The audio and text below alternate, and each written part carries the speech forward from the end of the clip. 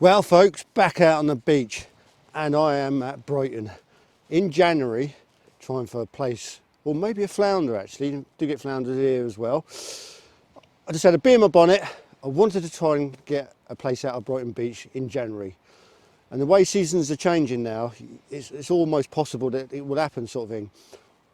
The rods are out just on the shore there. You may be able to just see them. There they are, and there's another angler in the distance. He's come alongside, set up, so might see a few more anglers. And yeah, so hopefully it'll pan out and we'll have a few fish to show you. And it's gorgeous. It's a bit cold. There's plenty of frost on the old roads on the way down here. Lovely and quiet here though. No dog walkers at the moment, but that will increase. So you've got to keep your kit together here and be pretty responsible with it as best you can, because the dogs do like to have a bit of a roam down here. And yeah, so let's see what happens. So the bait of choice today is ragworm. Still got about ½ pound left over from last night's. Went down to pool to try for flounder, which is still not happening for me. So yeah, got some nice worm of Fishing Dorset Live. Don't forget to check out his channel, by the way. Great bloke, Shane, absolute great bloke. He's been smashing it down in the pool in the last few weeks. And yeah, back to the bait. So he supplied the bait, some cracking bait, but I also got some more bait from Cosham Angling ready for today as well, sort of thing. So we're all baited up. Ragworm and squid it is today, with squid slivers right at the very tip to go with the ragworm, which I quite often find that works. But danger is, you might end up with a lot of tings that way as well with the old squid. But let's hope not. Well, I've got my first inquiry. Actually, both rods are going now.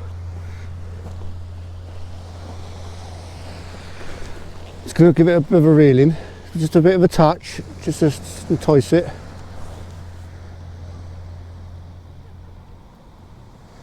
Yeah, one on the left hand rod, one on the left hand side. I'm just hoping this is not going to be a white infest. I'm hoping that we will get into some plaice, but we've got a few bites, so that's interesting.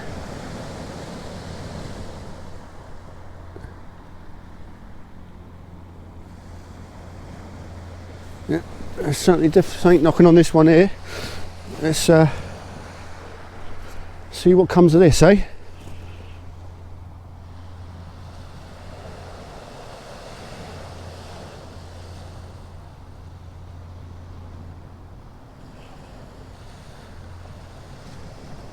Just dragging it along just to entice it.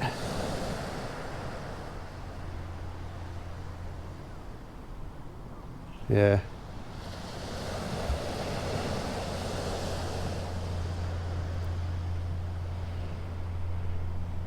That's my grip lead dragging there, I think. Right, let's go for it. I've got a feeling this is going to be a whiting.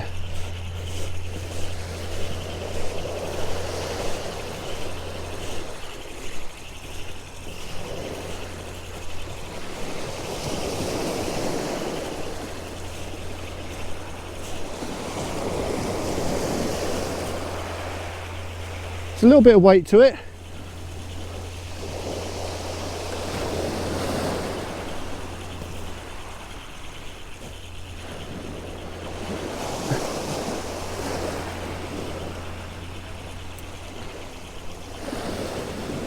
See what happens. Not seeing it yet. My leader's coming up. And it is, as guessed,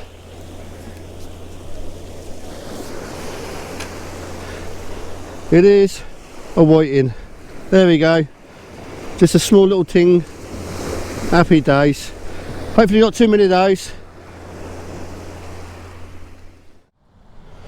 So rig wise, I am using a Wishbone rig. Hope you can see that. And the way it works is I have got tumbling on my main line, a splashdown, a kicker, and then obviously it's where my trace line butts up to, is a single swivel, a couple of crimps and a couple of beads to hang it off, and then Thermalink and then the luminous lead. So the way it works, to streamline this, I shall show you how it works. Let's just get the worm. It clicks into, let's just set that right. There we go. So there's the first portion of the Wishbone clipped in to the splashdown. You've got a loose hook, and that actually, what I've done, I've clipped it the wrong way round. So let's just sort this out. I've done it, there's one hook is longer than the other, so let's unhook that. I thought it was a bit funny. So one length of this is longer than the other, so the hooks don't tangle. So there we go. Let's set this right. So there's the longest hook. That goes into the splashdown like so. And now you can see that lays pretty nice and flat and parallel to the main line. You get the other hook and you clip it onto the kicker, and just hold it with your thumb, and then gently pull on the main line, which then makes it nice and parallel that. So that hook's been held by the kicker, that hook's been held by the splashdown. Set it out, it gets released, and the Wishbone is away. I will give that a little bit more slimline. There we are. Just needs a little bit of adjustment, just get it right. There we are. So it's pretty slimline. Oh, there we go, just undone it.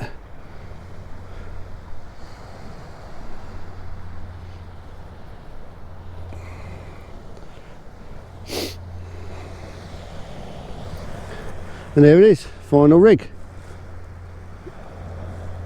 Work in progress. If anyone's got any other ideas, or you can better that somehow, then please give me a link or something like that, and show me how you do it. Well, getting a few bites here and there now. The sun's coming up. I'm probably blinding you with the actual camera now, but yeah, it's plenty of bites. Let's just see what's on this one.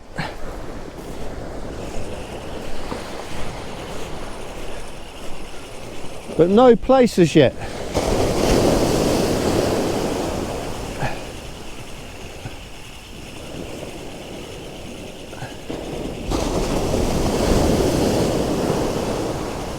Let's see what comes in, if anything.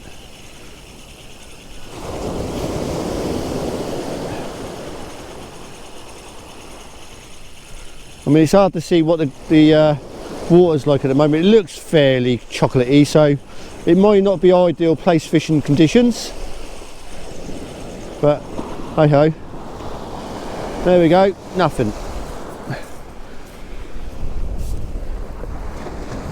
A few more dog walkers coming down here now, so let's keep a good eye out for my gear, make sure no dog gets hurt. I got the Wishbone rig all linked up. You know, it's fairly streamlined. So Let's get it out there. I'm off the ground casting. Flick it over and a gentle lob out. You don't have to go a million miles here at Brighton, you really don't. And there's no point going a million miles because they ain't right out, they're on your doorstep.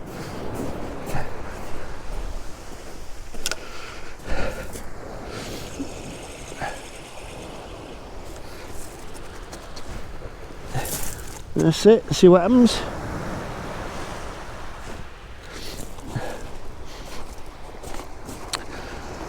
Right, let's reel up this rig. This rig is just a 3-hook paternoster, and got a few floating beads just to give it a bit of movement, really, to be fair, in the water.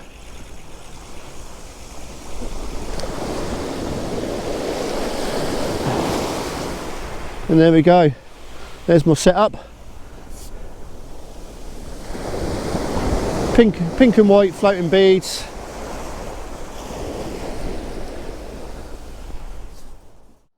Well, it's not going quite to plan yet. No plaice, no flounders either, and just whiting at the moment. Plenty of bites and plenty of whiting, but there's no plaice shown at all. Just coming up to high tide, and I'm just wondering maybe it might turn on the old plaice or flounders maybe on the way down, but let's see. Well folks, I've finally got a flatfish, and it's one of my target species, and it's one of my species I've been trying, I've had about 4 goes at it now, and I finally caught one. So happy, unreal.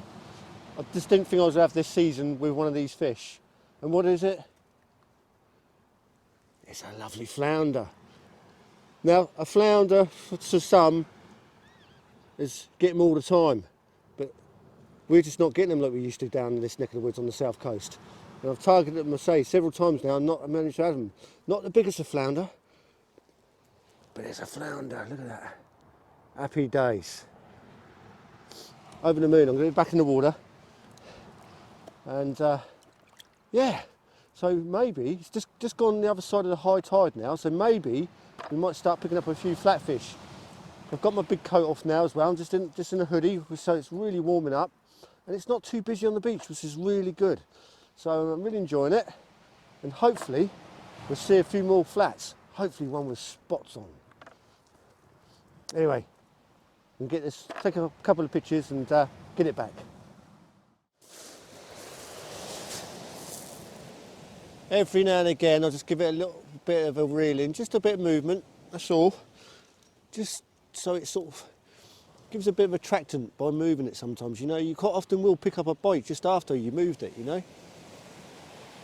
It's that predatory instinct on fish that they see something move and they wham, they have it. They don't want it to go, sort of thing, and sometimes that's what you need to do. Especially with plaice fishing. They do like that movement.